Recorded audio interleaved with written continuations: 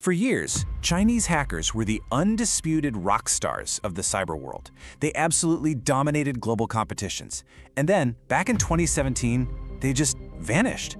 So today, we're going to uncover what happened to the world's best hackers and why their disappearance signals a pretty chilling new era in global conflict. I mean, it's a genuine mystery. One minute, they're on top of the world, collecting huge trophies and even bigger cash prizes. The next, complete radio silence.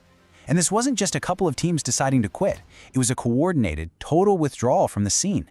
The big question on everyone's mind was simple. Where did they all go? Now, to really get what a big deal this is, you first have to understand the world they left behind. This high-stakes, high-octane arena of what's called ethical hacking. Okay, so picture this. An arena in Vancouver, filled with some of the sharpest minds on the planet. Their job? To legally break into the most secure software in the world. We're talking Google Chrome, Microsoft Windows, even Apple's iPhones. This is pawn to own. The goal isn't to cause chaos, it's to find security flaws so the big tech companies can fix them. And for the hackers who succeed, well, the reward is some serious cash. The holy grail in these competitions is something called a zero-day vulnerability. Now, what is that? It's basically a security hole that the software developer, Apple, Google, you name it, doesn't even know exists. Finding one is like discovering a secret, unguarded back door into a digital fortress. It's the ultimate prize. And the prizes for finding these back doors? They are enormous. We're talking up to $1 million for a single critical exploit. This is the world that Chinese teams didn't just participate in, they dominated it, year after year. They were, without a doubt, the best in the business.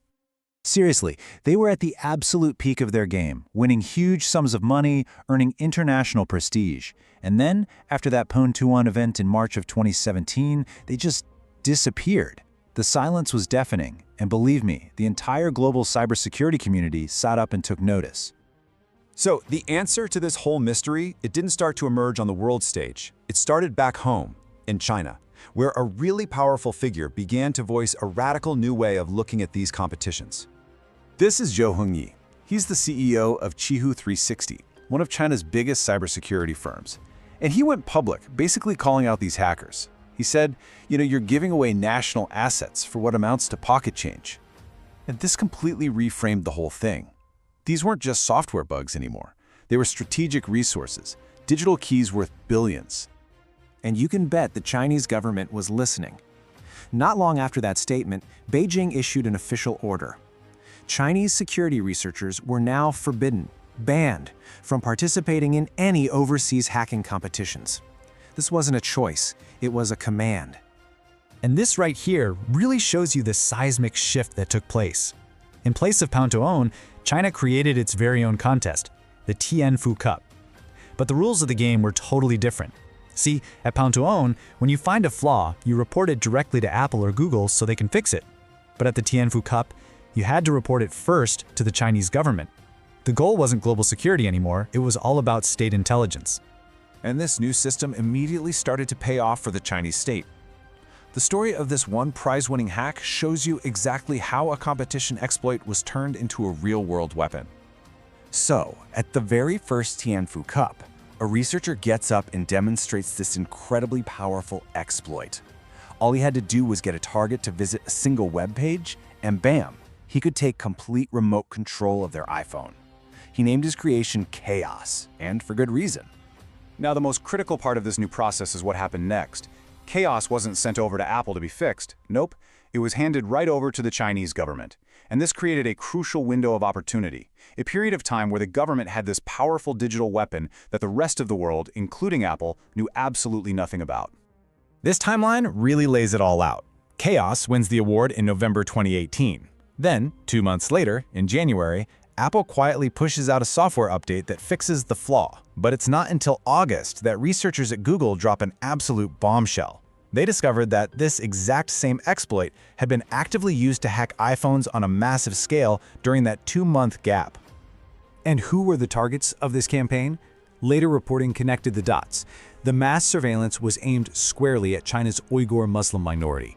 A prize-winning hack, born in a state-run competition, had been turned into a tool for domestic surveillance against its own citizens. But the chaos exploit, that wasn't just a one-off thing. More recent evidence has come to light that reveals this sprawling, almost commercial ecosystem of hackers for hire, all working for the Chinese state. In February of 2024, a massive trove of documents leaked from a Chinese company called iSoon. And these files, well, they were basically the receipts. They exposed the company as a private contractor that was developing incredibly sophisticated spyware and hacking tools specifically for the Chinese government, its police force, and its military. The leaked data even included price lists. I mean, look at this. The company was charging the government between $55,000 and $75,000 for access to a single hacked email inbox. This wasn't just espionage anymore.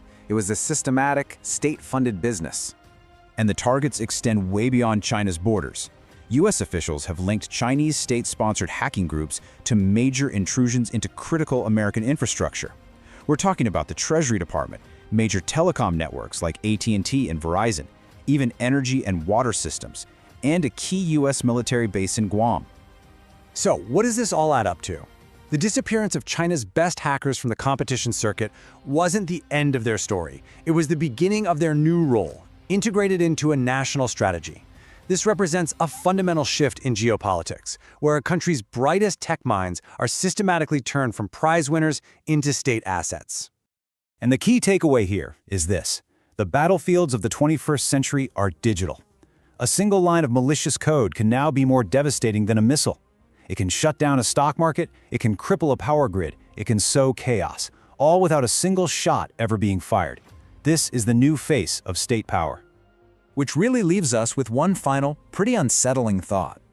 When a nation's most critical infrastructure, its communications, its secrets, when all of that can be targeted with just a click, the front line is no longer some distant battlefield, it's everywhere. It could even be the device you're watching this on right now.